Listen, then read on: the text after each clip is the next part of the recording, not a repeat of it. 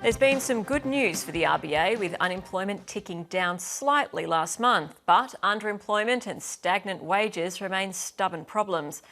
There's one successful mattress maker and exporter says they're not taking it lying down. The company has found paying its workers over the odds wages delivers loyalty and a healthier bottom line. Rachel Pupazzoni reports.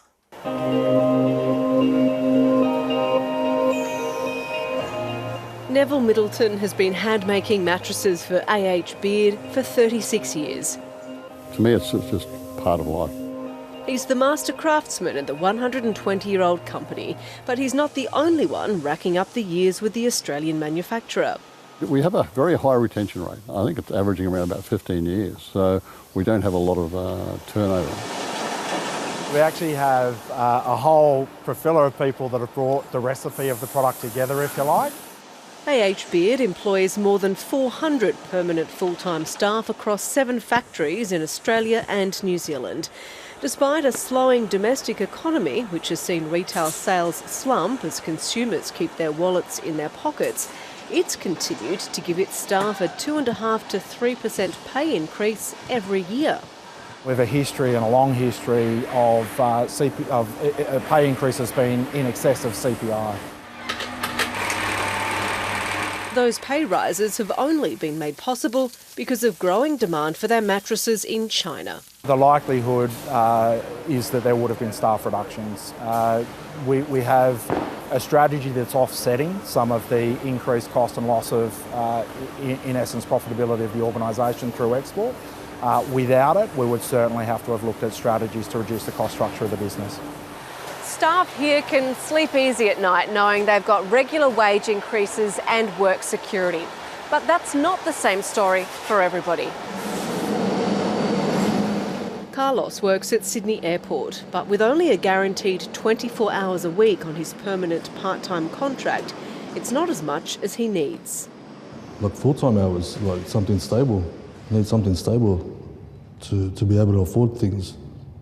Have a good balance between our family and work, which is important.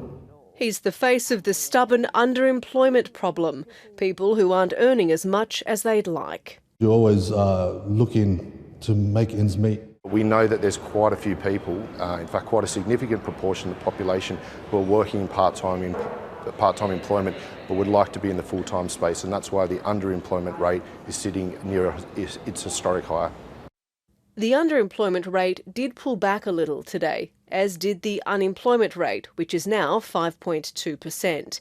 It was boosted by the creation of 26,000 full-time jobs, which was offset by the 11,500 part-time jobs that disappeared to create a total of almost 15,000 jobs in September.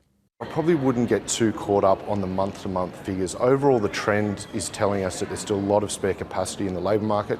That in turn is weighing on wages growth, and it's why the Reserve Bank is having trouble getting inflation back to their 2 to 3% target band.